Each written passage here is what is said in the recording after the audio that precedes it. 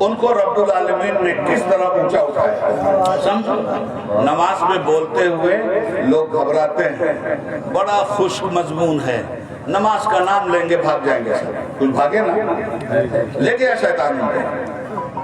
وہ رحمان کے لوگ نہیں تھے, وہ شیطان کے لوگ تھے. کیا کہنے, رحمان کے لوگ تو یہاں بیٹھے ہیں, کیا کہنے, نماز کے عاشق یہاں بیٹھے ہیں, پیغام اسلام سننے والے یہاں بیٹھے ہیں. جو گئے ان کی قسمت میں نہیں تھا یہ, جو ہیں قسمت والے ہیں. اور تم یہ مت سمجھنا کہ صرف تمہارا ہزاروں ہزار کا مجمع ہی سن رہا ہے, نہیں, لاکھوں لاکھ فرشتے یہاں سے لے کر عرش الہی تک سن رہے ہیں کہ اللہ کی عبادت کی بات ہو رہی ہے, رسول اللہ کی اطاعت کی بات ہو رہی ہے. قرآن تم سے کہتا ہے وَأَقِيمُوا الصَّلَاةَ وَآتُوا الزَّكَاةَ وَأَطِيعُوا الرَّسُولَ لَعَلَّكُمْ تُرْحَمُونَ. نماز قائم کرو, زکات دو, اور رسول کی غلامی کرو تاکہ تم پہ رحم کیا جائے. بے شک بے شک بے شک حضرات, ایک نمازی, امین نمازی, وہ بصرہ کی سرزمین پر تھا. بصرہ کہاں ہے؟ عراق. اور کوفہ کہاں ہے؟ وہ بھی عراق ہے. یہ دونوں بہت بڑے تجارتی شہر ہیں. کل بھی تھے. بصرہ کے تاجر کا مال, جس کو ہنڈی یہاں بولتے ہیں, یہاں پیسہ دے دو, بمبئی میں پیسہ لے, بمبئی میں پیسہ دے دو, یہاں پیسہ دے دو. اس کو کہتے ہیں مال کا آدان پردان. ہوتا ہے نا, آپ نے یہاں پیسہ دیا, پیسہ چاہیے بمبئی میں, آپ کو مل جائے. نہ منی آرڈر کرنے کی ضرورت, نہ بینک میں ڈالنے کی ضرورت. گو کہ یہ کام گورنمنٹ کی نگاہ میں جائز نہیں. مگر اس زمانے میں بصرہ کے تاجر کا پیسہ لے کر ایک آدمی کوفہ آتا تھا, کوفہ کے تاجر کا پیسہ بصرہ پہنچاتا تھا. ایسا ایک امین آدمی تھا. امین کہتے ہیں امانت دار, بڑا پکا نمازی, بڑا اللہ پہ توکل. بصرہ کے تاجر کا لاکھ اشرفی, لاکھ دینار سونے کا لے کے وہ چلا کوفہ کے تاجر کو دینے کے لیے, جہاں سے مال آتا تھا. راستے میں, غور سے سن لینا, راستے میں ایک اپاہج نے آواز دیا, جو دونوں اس کے اندر وہ لے کے چلتے ہیں نا, جو پیر کے لنگڑے ہوتے ہیں, لکڑی کیا بولتے ہیں اس کو, بیساکھی, لے کے چلتے ہیں. بیساکھی لیے بیچارہ کھڑا تھا. ارے اس نے کہا بھائی صاحب سلام علیکم. کہا وعلیکم السلام بھائی. کہا بھائی صاحب کہاں جا رہے ہیں؟ کہا کوفہ جا رہا ہوں, بصرہ سے. کوفہ کے تاجر کا پیسہ بصرہ کے تاجر کو دینا. کہا بھائی صاحب اس غریب کی بھی دعا لے لیجیے, مجھے بھی کوفہ جانا ہے. اگر آپ اپنے گھوڑے پہ مجھے بھی سوار کر لیتے تو بڑی مہربانی ہوتی, اللہ بڑا ثواب دے گا. اس نے بٹھا لیا. اب جس راستے سے وہ آ رہا تھا, آج میں چلا ہوں نا, مجھے لینے کے لیے مولانا منظر صاحب گئے, وایا بہادر گنج گئے, وہ وایا ٹھاکر گنج گئے. یہ کہاں؟ باغ ڈونگرا ایئرپورٹ. جب ادھر سے چلے تو میں نے کہا نا, وایا بہادر ٹھاکر گنج نہیں چلیں گے. تو ان کا کیسے چلیے گا؟ ہم نے کہا اسلام کو ہوتے ہوئے چلے. یہ سیدھا راستہ ہم کو معلوم تھا. آگے جو سیدھا راستہ اس امین تاجر کو معلوم تھا, اس راستے پہ جب اس نے گھوڑے کو ڈال دیا تو یہ لنگڑا آدمی اس سے کہنے لگا بھائی صاحب آپ بہت لمبے روٹ سے جا رہے ہیں, میں آپ کو شارٹ راستہ بتاتا ہوں, بہت جلدی پہنچ جائیں. اس نے کہا ٹھیک ہے بھائی صاحب بتائیے. اب اس لنگڑے نے جو راستہ بتایا, اس راستے پہ تاجر نے گھوڑا ڈال دیا. چلتے چلتے چلتے تھوڑی دور جانے کے بعد پہاڑوں کا ایک سلسلہ شروع ہوا چاروں طرف سے. جب پہاڑوں کے بیچ میں آئے تو اس لنگڑے نے کہا کہ بھائی صاحب مجھے استنجے کی حاجت ہے, تھوڑا سا روک دیجیے. انہوں نے روک دیا, اور روکنے کے بعد لنگڑا نیچے اترا اور نیچے اتر کے اس نے پیسہ کی پھینکا اور پھینک کر اپنی آستین سے خنجر نکالا اور پیروں سے چلنے لگا اور سامنے کھڑا ہو گیا. اس نے کہا سنو جی، یہ تو میں نے ٹھگہاری کے لیے بھیس بدلا تھا لنگڑے کا. میں لنگڑا پنگڑا نہیں ہوں، میں ہوں ڈاکو، اور تمہیں کھیر کے یہاں لایا ہوں. پہلے ادھر یہ ہڈیاں دیکھو. اس نے دیکھا تو کئی جگہ کھوپڑیاں نظر آئی آدمی. اس نے کہا یہ سب ہے میری کارستانی. میں اس طرح گھیر کے لوگوں کو لاتا ہوں، مال لوٹ لیتا ہوں، جان مار دیتا ہوں. تم بھی مرنے کے لیے تیار ہو جاؤ، جو مال ہے واپس مجھے دے دو. اب تو معاملہ پھنس گیا بھائی، اب کیا کریں؟ تو اس آدمی نے کہا بھائی مال ہی اگر تمہیں چاہیے تو لے لو، میری جان کیوں مارو؟ کہا نا نا نا، ہم ایسے ڈاکو نہیں ہیں کہ مال لوٹنے کے بعد لوٹ کا نشان چھوڑ جاتے ہیں. نہیں، ہم صاف کر دیتے ہیں لوٹ کے نشان کو.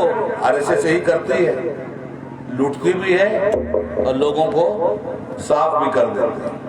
اپنے لوگوں سے کام لیتی ہے، جس دن وہ کام کے لائق نہیں ہوتے ہیں صاف کر دیتی ہے، تاکہ یہ بغاوت کر کے ہماری چوری کا پتہ دوسروں کو نہ دے دیں. مرنے کے لیے تیار ہو جاؤ. اب بیچارہ کیا کرے؟ اب تو جان جانے کے علاوہ کوئی راستہ نہیں تھا. تو اس نے کہا بھائی صاحب، جو آدمی بھی مارا جاتا ہے مارنے والا اس کی آخری خواہش پوچھ لیتا ہے. ٹھیک ہے مجھے مار ڈالو، مگر میری آخری تمنا تو پوچھ لو. کہاں بولو؟ کہا مجھے 2 رکعت نماز پڑھ لینا. زندگی کے آخری 2 سجدے مجھے اپنے مولا کے کر لینے. میرے سجدے میں جو چاہنا کر لینا.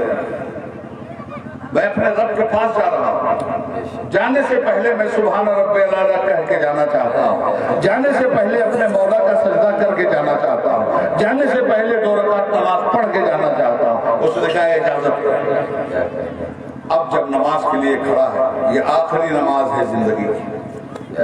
جب آدمی کو یقین ہو جائے کہ آخری سجدہ کرنے جا رہا ہوں، آخری نماز ہے، تو آج اس نماز کا کہنا کیا ہے؟ اس نماز کو الفاظ کے ترازو میں نہیں تولا جا سکتا. یہ وہ نماز ہے.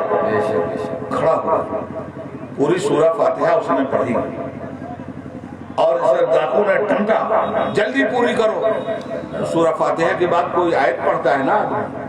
اب اسی عالم میں اس کی زبان سے قرآن کریم کی آیت نکلی، امن یجیب المضطر اذا دعا. ارے وہ پروردگار ہی تو ہے جو مصیبتوں میں فریاد سن لیا کرتا ہے. ادھر اس نے پڑھا امن یجیب المضطر اذا دعا. ایک بجلی کڑکی اور نمازی کو پتہ چلا کہ یہ ڈاکو ہلاک ہو گیا ہے.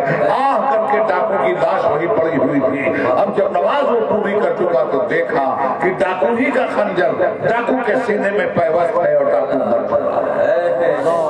مارنے والا نقاب پوش سامنے کھڑا ہوا ہے. کیا کہنے عالم اسرار میں وہ آیت کریمہ اس کے منہ سے نکلتی ہے، امن یجیب المضطر اذا دعا. کون ہے جو فریادی کی فریاد مصیبتوں میں سنتا ہے؟ وہ اللہ ہی تو ہے. ابھی اتنا ہی تو اس نے پڑھا تھا، کام اس ڈاکو کا اللہ نے تمام کر دیا. اور سامنے ایک نقاب پوش سامنے کھڑا تھا جس نے مارا تھا اس ڈاکو. نماز پوری کر کے اپنے محسن کو دیکھا جس نے چہرہ چھپا رکھا تھا، سر سے لے کر پیر تک نقاب پوش تھا. اس نے کہا کہ اے میرے محسن، آپ نے اتنا بڑا میرے اوپر احسان کیا ہے، جلوہ تو دکھا دیجیے. آپ کون ہیں مجھے بتا تو دیجیے. میرے مددگار بتا تو کون ہے؟ تو اس نے کہا تم نے مجھے پہچانا نہیں؟ کہا نہیں پہچانا میرے مددگار. کون ہو؟ کہا میں تیرا سجدہ ہوں، میں تیری عبادت ہوں، میں تیری نماز ہوں. اتنا سننا تھا کہ بے ہوش ہو کے گر گیا. جب ہوش آیا تو کوئی سامنے نہیں تھا. یہ ہے اللہ کی وہ مدد جو ایک نمازی کے لیے عین مصیبت میں آتی ہے. جب وہ